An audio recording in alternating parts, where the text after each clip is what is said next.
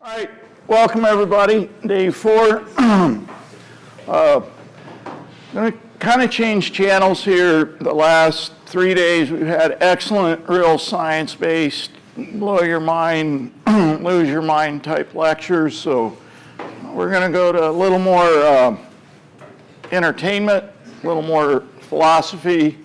I'm going to violate all the stuff they say to do on pedagogical Twitter. It's a slideshow. We're not going to interact. It's a story.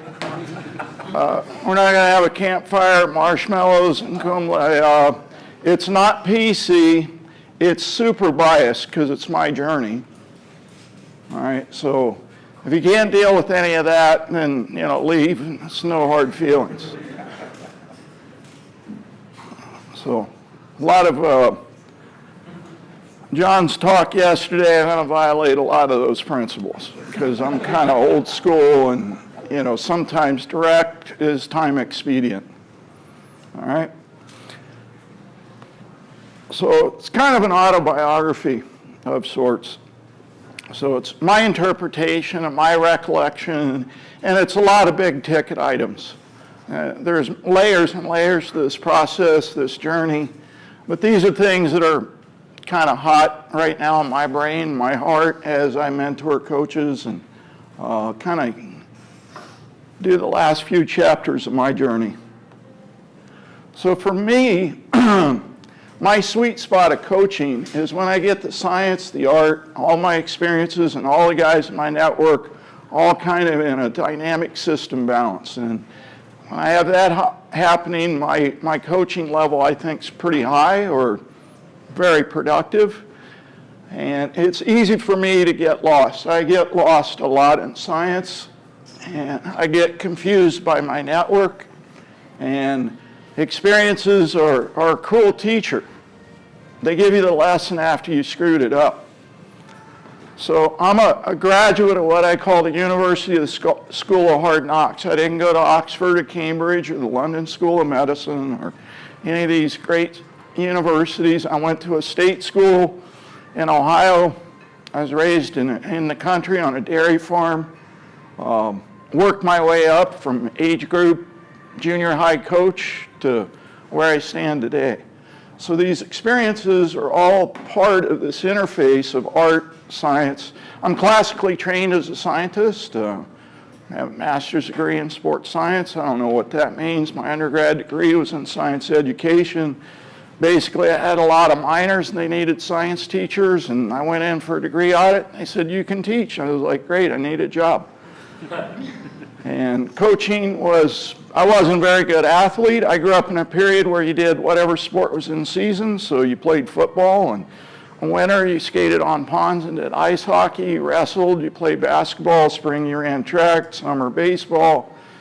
We didn't have soccer or lacrosse or any of those things. I've probably been all right at those. I was a pole vaulter in track and field, but we had 11 guys on our track team, so you did a lot of events. So we didn't have event limitations back there. Some meets you do 10 events because 11 guys, you can't cover all the events. So my experiences are pretty broad, pretty diverse, but definitely not elite.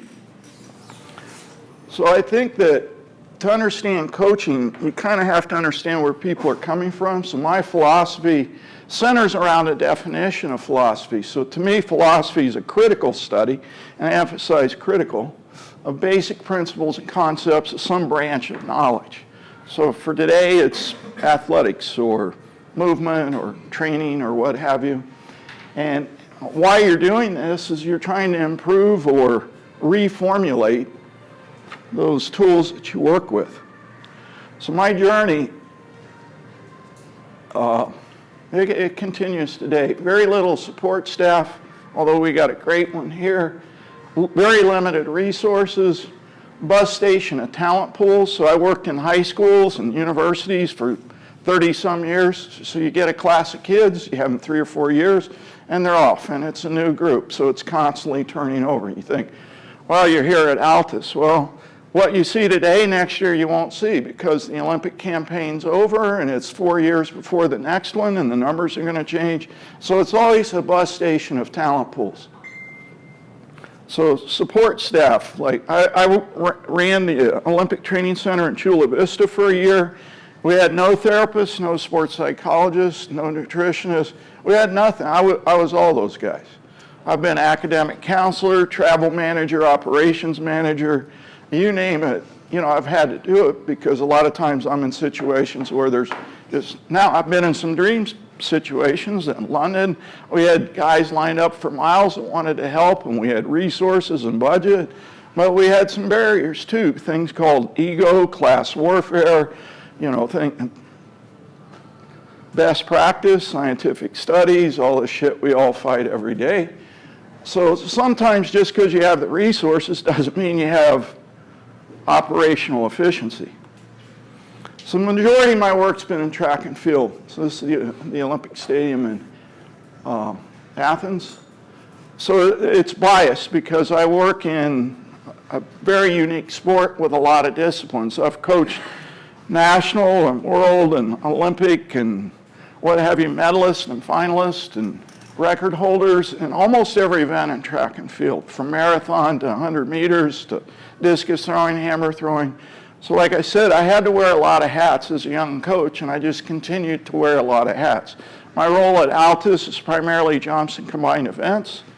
So it scales down. Like right now, I'm kind of known as a long jump coach because we got 5 jumpers, 6 counting para. We got 6 jumpers in the Olympics. So now I'm known as a long jump coach. Well, a few years ago, I was a high jump coach, and I was a pole vault coach for a while. So it's kind of flavor of the month. It's like, what athlete do you have? How are they doing? Okay, that's, like I was with a guy somewhere, he goes, well, talking about the javelin, he goes, you ever coach the javelin? Yeah, a few, like 5 or 6 national record holders and 7 Olympians. He says, wow, well, what are you doing coaching the long jump?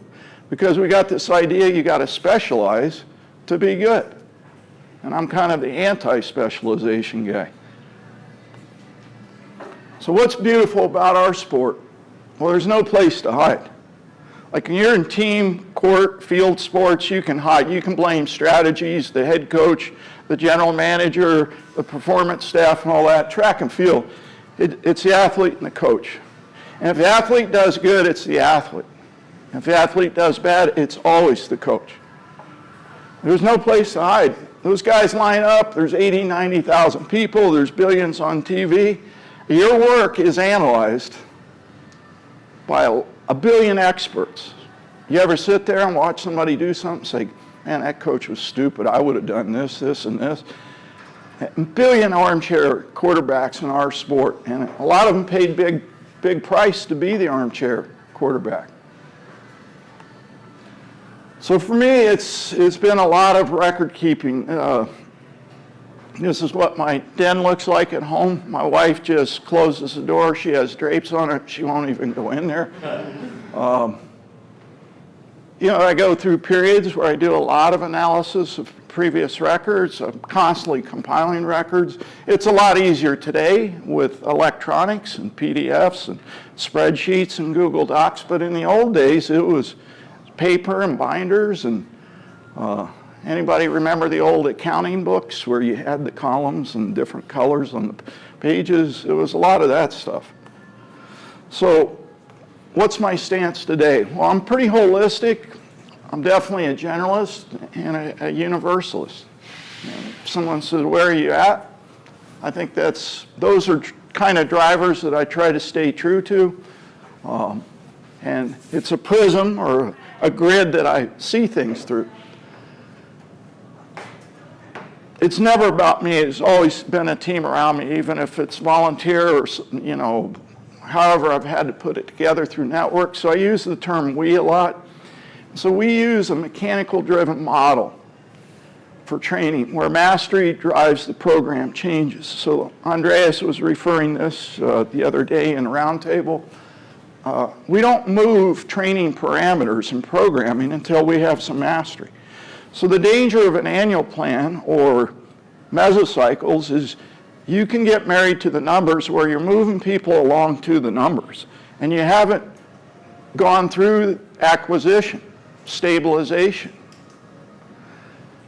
So we're pretty strict about if you can't mechanically operate on all the menu items at a pretty high level, why are we going to change the programming greatly just because the calendar says change or there's something coming up? And for me, in this tighter hard science realm, biochemistry, CNS, fascial trains, collagen matrix, those are some of the key touchstones that I use that guide the programming. So I'm looking at how mechanically efficient are we and what's happening in these realms, and those the big drivers for programming. And I operate in spectrums. I think most true and well-researched paradigms and concepts are more spectral than absolute. That's a common phrase you hear here when you talk to staff is, here's my question, and their first answer is, it depends. You know, where are you at on the bandwidth? What mailbox does this athlete belong in? So I really struggle with absolutist. The human body's super complex. It's three-dimensional, it's covariant, it's dynamic systems, it's fluid. People, try to use linear reductionist equations. They get stuck on statics. Well, what about the hydraulic system of the body, the joints, the capsules, bursas, fascial layers? They're filled with fluid. Well, if you don't understand fluid dynamics and you're skewed and biased to statics, you got a problem. So absolutists kind of light my fuse. It's a network-driven resource system for all areas of influence. I'm a product, as I said yesterday, of networking, of coaching, education and development, and people that have allowed me to question them or spend time in their life. And this network's ever-changing, ever-growing. Sometimes it shrinks and reduces, and other times it expands, depending on what's going on, where my interests are, my energies, who's available. I'm constantly looking for management schemes. Like, how do I simplify things, reduce clutter, reduce fog, white noise? And that gets into management studies and management science and research, but it's a constant search and evolution of management schemes. Ergonomics, people familiar with the term ergonomics, the study of work. So you go into a factory, you see how things are set up and how people are working.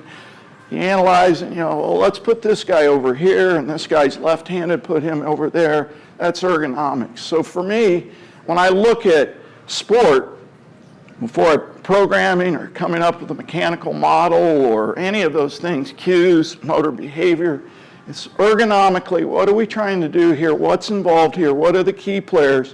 What are the essentials, the fundamentals and the principles? And then you expand from there. So ergonomics is another grid that I'm looking through when I analyze things or begin to create things. John and I were having a talk this morning about supplementation and pharmaceuticals and so on and so forth. And it's the same thing for me with programming or teaching pedagogy. I'm trying to find a task that does a lot of things. In the weight room, I could come up with 10 really cool exercises, but I'm hunting for one that does what those 10 do. If I've got a running workout, sometimes we do hybrids where we're transcending a lot of energy systems and a lot of zones, yet respecting CNS and various biochemical things. But I'm looking for ways to use energy wisely. An athlete comes to the track, they have batteries, emotional batteries, mental batteries, CNS batteries, hormonal batteries, immune batteries. And these things aren't infinite, and they interface. And if you start draining one battery, things happen. You guys know from your iPhone, when the main battery goes down, certain things get restricted.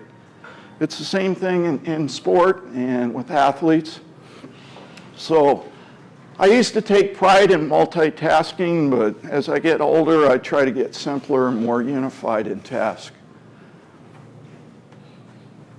So sports sciences, John and I were, laughingly yesterday in the round table, we're both a little bit hesitant on science sometimes, skeptical, and the longer I'm in it, and I've spent my whole life in science, probably the more cynical and skeptical I get about science, with bad studies or tainted studies, or cherry-picked data, or just fraud. But we can't run from these entities. They exist and we can learn things from them. So there's quite a sphere of sports sciences that we try to involve in decision making and monitoring and education of the athletes and performance staff. And I think one of my pet peeves is performance analysis. You know, a lot of people say they're analyzing performance. We got wearables and GPS and all of this, but nobody's coaching the essentials. There's no quality control during the performance. Like, how many people are coaching and analyzing start, stop, change in direction qualitatively? Not many. They may do it in practice for certain spheres or whatever, but there's this big gap in real-time, real work where we're not analyzing performance. We say we are, but we're picking a few metrics and we're saying that's performance. Well, how's that GPS stuff worked out for rugby people? Is it useful? It usually tells you the obvious that you already know, or it tells you stuff way too late. You know, and GPS was going to revolutionize soccer and rugby. Well, the advantage of some of us older coaches like Greg and myself, we've seen 8,000 magic bullets.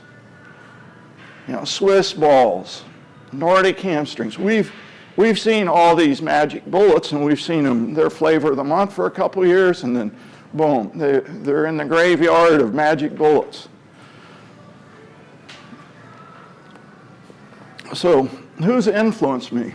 Well, first guy is von Clausewitz, German military genius. He wrote a book that's loosely translated The Art of War, not to be confused with the Chinese tomb. Coach Tellez, my number one mentor, he was coach of Carl Lewis and Leroy Burrell, people like that. James Oshman was a guy I met in the early 90s, and he kind of started the collagen matrix revolution that we see today. So he works at Woods Hole in Massachusetts, and I really think that fascia and the hydraulic system of the body is a new science, a relatively new frontier, and I think it's going to be a major frontier as technology and research catches up to it. Einstein, obviously, like I said, I'm anti-reductionist and linear. And when you get into differential equations, string theory, chaos theory, and all of that, you probably get closer to the mark of what's going on in the human body in sport. Jean Piaget, anybody know the name? Swiss developmental psychologist. I was fortunate to hear a lecture from him before he died. If you get into how he looks at developmental capacities of children, adolescents, whether it's movement or cognitive or whatnot, it's genius stuff. And a lot of my philosophy on how to interface with athletes or how to write programming is Piagetian in base. And then William James, how many people know that name? I think in terms of pedagogy, he was the guy that really opened my eyes to see the forest of the power of pedagogy. So pedagogy, if you're not familiar with that, that's the science of teaching. You know, how do you teach? So how do we teach teachers in America now? Well, you know, because we want everybody to pass tests, you got to have a degree in your discipline. And they go, oh yeah, you probably ought to have some management skills, so we'll do this student teaching thing, and we just throw you to the wolves. And if you got a good mentor, supervising teacher, maybe you figure a few things out. A lot of us don't. And so you graduate, you have your teaching degree, you get thrown into a nightmare job, and you're burnt out, and after 2 years you quit. The average teaching career of a graduating student right now in the United States is 2.7 years. Because we don't teach teaching. We don't teach how to teach. Subject matter is just part of teaching. And you know, what are we doing at Altis? We're trying to bridge that gap from all the knowledge you guys already have and all the internet and all the courses and all the manuals and teach you how to apply it. So you're standing by world-class people and pretty good coaches, and you're seeing these processes. You're figuring out what are the essentials, what are the philosophies. When Most of my questions from visiting coaches aren't X's and O's. It's like, why do you think that way? Or why do you teach that way? Or why did you say that? Or how did you know to do that? Or whatever. That's the art of teaching. That's kind of art science of pedagogy. And then motor control. I was a biomechanist by training, and I learned really early in the game, we know what the model is, relatively. And we can sit and teach the model to an athlete, but the athlete executing the model is the problem. Well, that's motor control. So we have this big problem going on right now with experts and philosophies and paradigms. You got motor behavior people saying to do X, Y, and Z, and biomechanists saying, no, you got to do this, this, and this. And the elephant is in the room. They don't understand kinesiology. So the biomechanists and the motor behavior people are asking athletes to do things that's kinesiologically impossible. So to look at that construct without interfacing motor learning, biomechanics, and kinesiology is a recipe for disaster, I think. So my programming is kind of like Linux theory. How many people are familiar with Linux? So it's a free computer language that people all over the world contribute to. You know, Microsoft doesn't own it, nobody owns it, it's a separate language. So athletes, experts in my network, guys like you asking questions, personal growth, it's constantly evolving process through time. So experiences, episodes. When I was a younger coach at LSU back in the late 80s, I had 75 athletes on the university team. I coached men and women's throws, men and women's jumps, men and women's combined events, and I had 25 post-collegiates. So I was seeing 79 athletes a day. And I was writing individual workouts. So I'd start writing workouts Friday night, go to practice Saturday, come home, write all day Saturday, all day Sunday, and after about a year, my wife just came in and said, this stops. Like, if you want to stay married and you want to see your kids, this stops. So you have one of those existential moments, like, she's serious. And how am I going to do this? Because everybody says you got to have individual workouts and look how good we are because I'm doing these things. And like, how am I going to do this? And so that summer I just sat down, I put all the stuff out, and I was like, what's common? What are the essentials? What are the basics? What are the fundamentals? And so I started writing blueprints with ranges of percentages and ranges of volumes and intensities so that I could prescribe on a given day more accurately, and I could write a workout that covered a lot of groups or a lot of abilities. And so environment or circumstances improve the program, the Linus. So my wife is a big part of why I program today, how I program. So in program management, I think monitoring systems and methodology is constantly in flux, and I think you have to understand that. And monitoring systems are varied and vast, and they're fluid, and if they're not, I have to question the efficacy of the monitoring system. And the same thing with methodology. Yeah, there's basic principles and philosophies and core values and whatnot in the methodology, but the methodology you'd use with a 30-year-old very injured long jumper and a 14-year-old age group long jumper is going to have some variance there.